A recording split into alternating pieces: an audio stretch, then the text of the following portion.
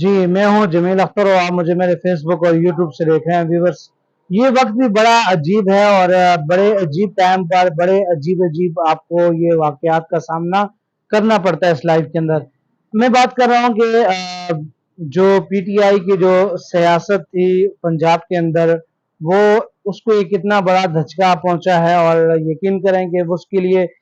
وزیر اعلیٰ کی جو کرسی تھی اس کے لیے لوگ لڑتے رہے۔ آخرکار اسٹیبلشمنٹ نے کہا عمران خان کو کہ جی وسیم پلس کو ہٹا دیں اور جو ہے نا وہاں پر کسی اور کو وزیر اعلیٰ لگوائیں، مگر خان صاحب آپ نے اس بات پر ڈٹے رہے اور عثمان بزدار کو وہاں نہیں اٹھایا، اور آخر کار عثمان بزدار کی خاطر انہوں نے اپنی کئی 40 لوگوں کی تقریباً قربانی دی۔ جو جہانگیر ترین گروپ جو الگ ہوا تو اسی چکر اسی سلسلے میں الگ ہوا تھا۔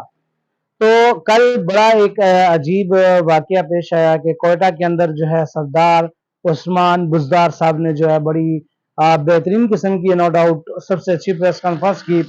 اور انہوں نے کہا کہ میں شرافت کی سیاست کا قائل ہوں اور میں شرافت کی سیاست کرتا ہوں، اور اس لیے جو ہے نا موجودہ سینیریو کو دیکھتے ہوئے میں اپنی جو ہے سیاست سے بریک لیتا ہوں اور سیاست سے علیحدگی کا اعلان کرتا ہوں۔ تو خاص کر یہاں پر سوشل میڈیا پہ جو تنقید ہو رہی ہے وہ اس لیے ہو رہی ہے کہ جناب اس کے لیے تو خان صاحب نے بڑی قربانی دی تھی، خان صاحب نے جو ہے وزیر اعلیٰ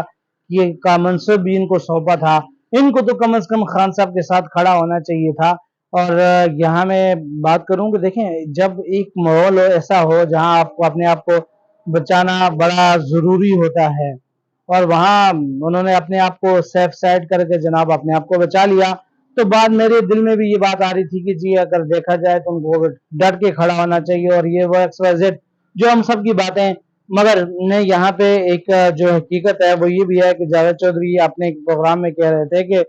سروائیو کرنے کے لیے ضروری ہے کہ اپنے آپ کو بچاؤ اور پی ٹی آئی سے الگ کرو، اور یہ سروائیول اسی کو کہا جاتا ہے کہ جو اپنے آپ کو مشکل حالات میں بچاتا ہے، اس وقت وہ فیصلے کرتا ہے اور اپنے آپ کو بچاتا ہے، اور وہی بعد میں سروائیول کرتا ہے اور اپنے آپ کو جو ہے نا وہ دوبارہ سے سیاست میں لاتا ہے۔ تو خیر